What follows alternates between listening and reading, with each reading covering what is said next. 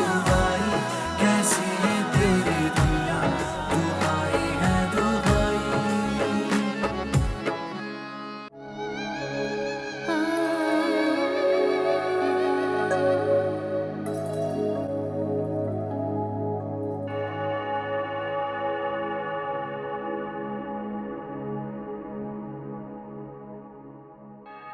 अरे अपना फोन तो चेक कर लो।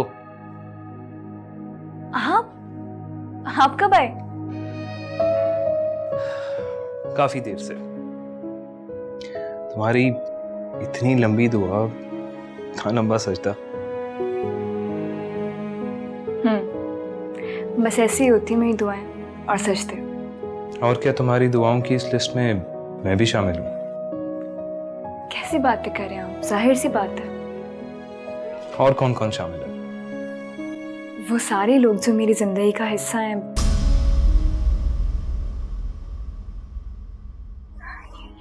या थे। तो क्या सबको दुआ देती हो या बद्दुआ भी?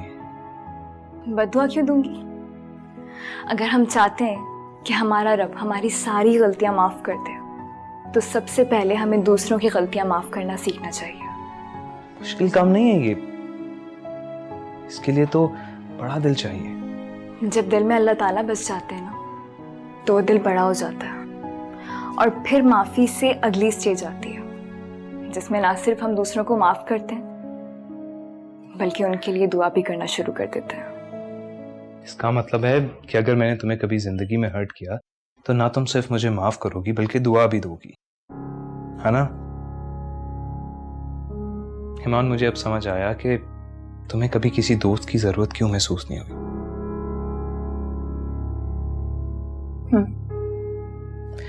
तुम्हारी तो तन्हाई इतनी मसरूफ है कि तुम्हें किसी की जरूरत नहीं।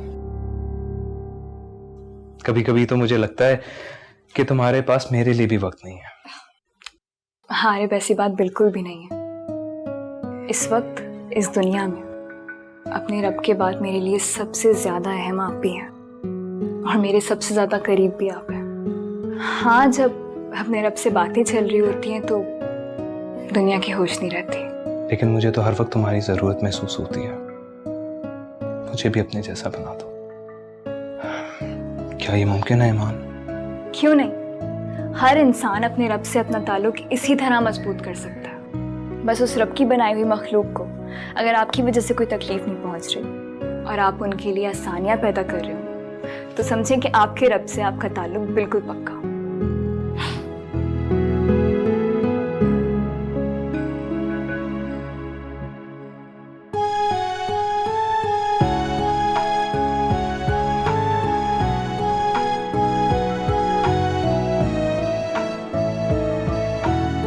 आप भी ना? शुक्र है आपका ब्लड प्रेशर नॉर्मल हुआ, लेकिन अहमद डॉक्टर कह रहे थे आपको रेस्ट की बहुत जरूरत है। सच पूछो तो फौजिया, मेरे दिल पर बहुत बोझ है और उसे हल्का करने की जरूरत है। कैसा बोझ?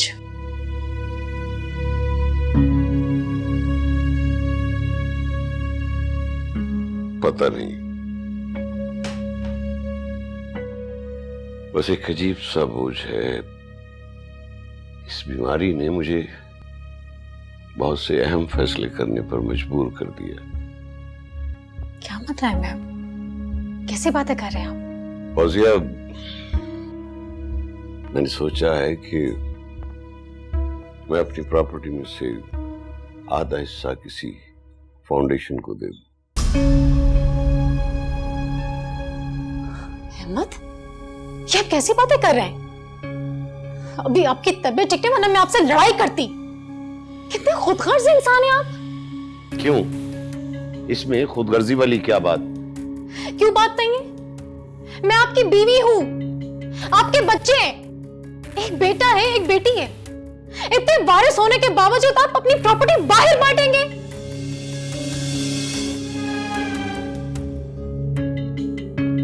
अहमद, मेरा ये मतलब नहीं है। मैं ये थोड़ी कह रही हूँ कि अभी से आप अपनी प्रॉपर्टी में से हमें हिस्सा दे दें। अल्लाह आपका साया हमारे सरों पर सलामत रखे। सबको लंबी जिंदगी दे, लेकिन आपके बाद हमारा है ही कौन? देखो फौजिया, पहली बात तो यह है कि मैंने अपनी सारी प्रॉपर्टी देने की बात नहीं की, और दूसरी बात यह है कि अगर अल्लाह ने हमें हद से ज्यादा दौलत से नवाजा है तो उसमें से आधी दौलत अल्लाह की राह में डोनेट कर दी जाए तो इसमें हर्जी क्या है? मेरे इस फैसले पर खुश होने की बजाय तो मुझे डिस्करेज कर रही हो। बहुत अफसोस है तुम पर। क्योंकि आपका ये फैसला निहायत अहमकाना है। ठीक है, अल्लाह की राह में देना चाहिए और आप देते भी हैं, बस इतना काफी है। और अब ये तो नहीं ना कि अपनी जायदाद में से आधा हिस्सा ही बाहर बांट दें। देखो, ये मेरी जायदाद है और मेरी मर्जी है कि ये जायदाद मैं किसके नाम करता हूं और किसके नाम नहीं करता। और अगर अपनों में हिस्सा बांटने की बात है तो इस जायदाद पर सबसे पहला हक मेरी बेटी ईमान का बनता है। अगर वो आज पलट कर एक बार भी मुझसे माफी मांग ले तो शायद मैं उसे माफ कर दूं, मगर न जाने क्यों वो उससे रूठ सी गई है हमेशा के लिए। मैंने बहुत ज्यादती की उसे घर से निकालकर। वो जो भी थी, जैसी भी थी, मेरी सगी औलाद थी।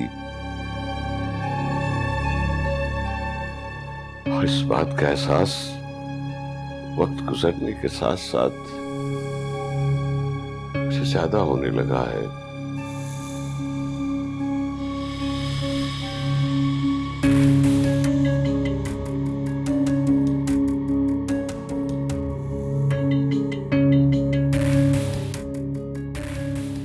तो ईमान के लिए तुम्हारे दिल में पैदा होने वाला ये नरम गोशा खत्म करना ही पड़ेगा।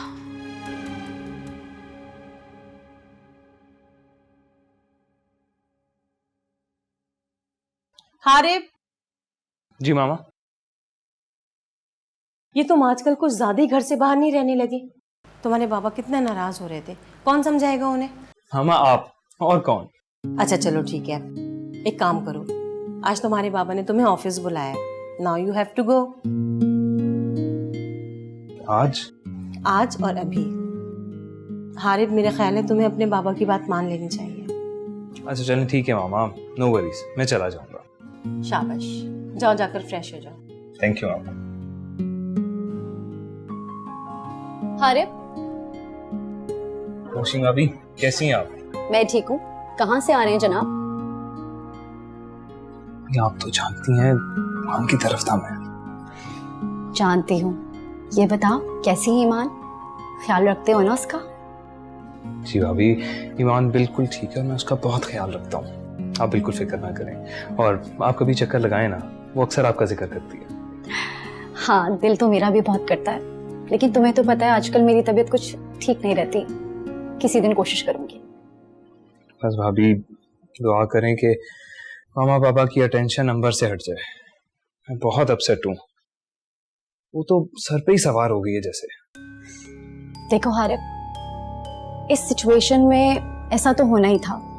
अब तुमने इतना बड़ा स्टेप लिया है तो हिम्मत भी करो इस सिचुएशन को कैसे हैंडल करनी है। अब ईमान तुम्हारी बीवी है। आई नो भाभी। चलो कोई बात नहीं, wish you good luck my brother. अब जाओ, इससे पहले कोई हमारी बातें सुन ले। जी भाभी, and thank you for your concern.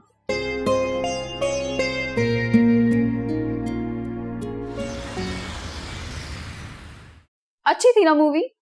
I like the ending. हाँ ठीक थी। वैसे एंड पे हुआ क्या था? इंटरेस्ट लेके देखते तो पता चलता ना। Forget it. Anyway, मुझे तो बहुत अच्छा लग रहा है। इतने अरसे बाद हम दोनों साथ हैं, है ना? हाँ, अच्छा लग रहा है।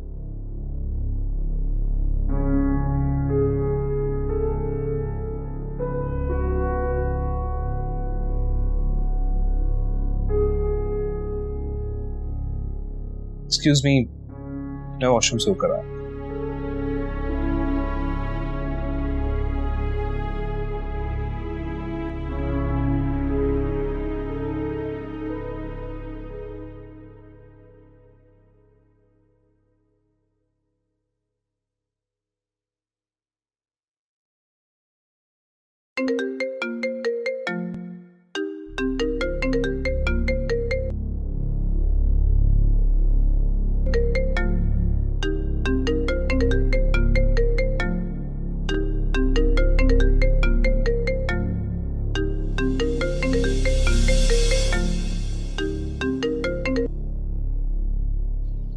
हेलो हारिब, क्या हुआ? मेरी कॉल क्यों अटेंड नहीं कर रहे थे आप?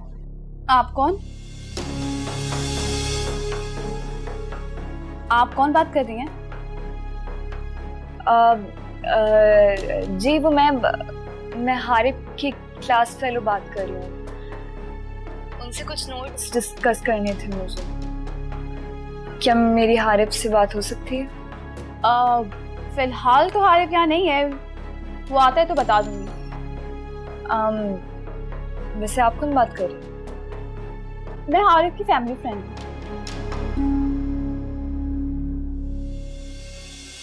ओ मौला मेरे मौला है कैसी रुसवा